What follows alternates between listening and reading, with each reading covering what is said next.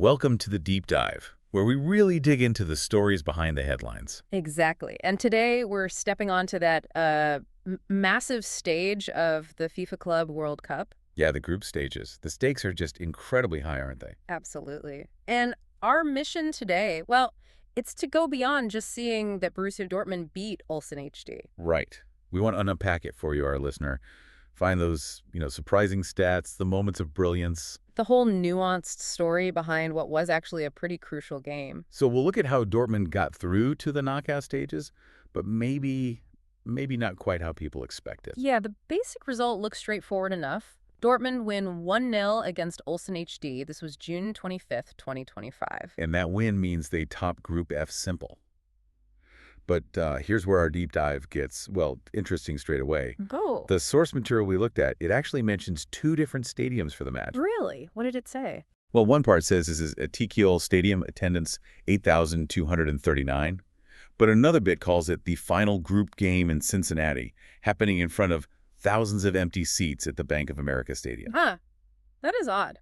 Maybe a mix-up in reporting, or maybe Bank of America was the intended venue originally? Hard to say for sure. Exactly. It's one of those little wrinkles you find sometimes. Doesn't change the outcome for Dortmund, though. No, the 1-0 win stands. They qualified. And that win really came down to one key moment, didn't it? The decisive moment, yeah. Daniel Svensson, 36th minute, the only goal. And the assist. Jobe Bellingham.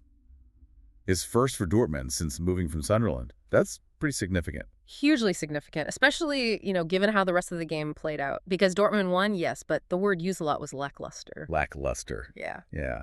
That seems to be the main takeaway, this sort of frustration with their finishing. It really does. I mean, the stats are kind of mind-blowing when you put them next to the scoreline. Dortmund had, 28 shots? 28 shots. Compared to just 3 from Ulsan, it's a huge difference. And 11 of Dortmund's were on target. They had 60% possession. The expected goals, the XG, was 3.35. 3.35 XG, and you score 1 goal. Wow. It's almost unbelievable. Oh. Like Serhou Guirassy, the striker, he had 7 shots himself. 4 on target. Nothing. And that right there, that's the big question, isn't it? What do you mean? Well, what does that massive gap between, creating chances, the sheer volume of attack, and actually scoring goals, what does that tell us about them? Especially heading into high-pressure knockout games. That's a very good point. Creating chances is one thing, but if you can't finish. Exactly. Can they be clinical when it really matters? Yeah. Against tougher teams, you won't get 28 shots. True. It's definitely Ori, but, they still won. They got the job done, right? Does a lackluster performance matter that much if you dominate the stats and get the points? That's the eternal debate in football, isn't it? Performance versus result. Yeah. Look, the win puts them through, job done on that front. But the way they won, or rather the way they failed to score more, it definitely highlights a potential weakness. A vulnerability. Yes. That XG shows they should have scored more. They did the hard part of creating good chances, but not converting against, let's be honest, a weaker Ulsan side.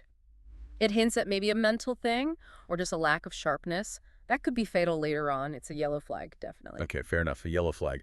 But let's flip to the other side for a moment. Ulsan lost, but their goalkeeper. Hyeon-woo. Incredible performer. Absolutely heroic. The stats say 8 saves, 8.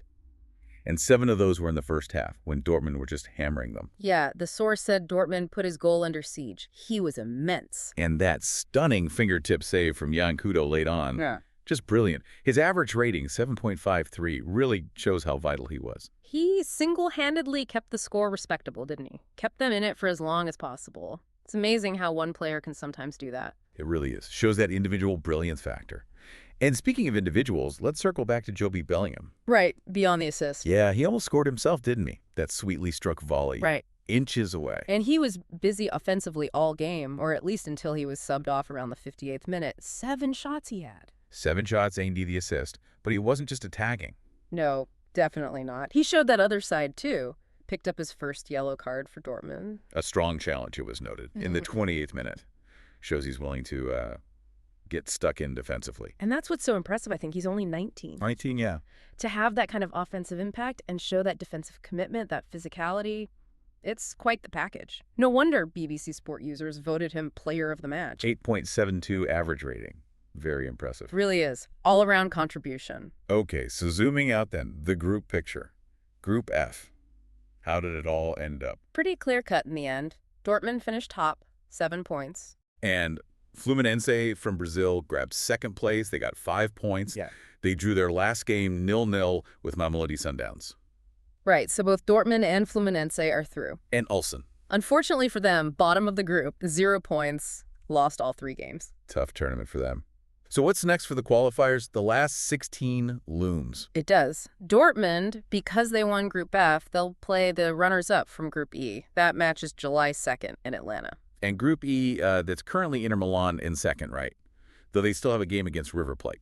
Correct. So that opponent isn't locked in just yet. And Fluminense, as Group F runners-up, they play the winners of Group E. That's on June 30th in Charlotte. Okay. So the knockout bracket is taking shape. Things are definitely getting serious now. So wrapping this up, this deep dive really showed us a win, yes, but maybe a slightly worrying win for Dortmund. I think that's fair. That inefficiency in front of goal, that huge gap between XG and actual goals, that's something they have to fix. Especially before they face potentially much tougher defenses in the knockouts. You won't get away with that level of wastefulness then. Definitely not. But we also saw that individual brilliance, didn't we? Hyeon-woo's goalkeeping masterclass for Ulsan. Absolutely. And Jobe Bellingham's all-action display for Dortmund. Yeah, so it's not all doom and gloom for Dortmund, but there are clear areas to improve. They found a way to win, which is key, but the performance leaves questions. So the final thought for you, our listener, what does this actually mean for Dortmund's chances going forward? Can they sharpen up that attack? Or will this finishing issue haunt them? And maybe also, how high is the ceiling for Jobe Bellingham? We saw his offense, his defense, that physicality. How will he continue to develop at Dortmund? It's fascinating. It really is. Just goes to show how much you can unpack from a single game when you look a little closer.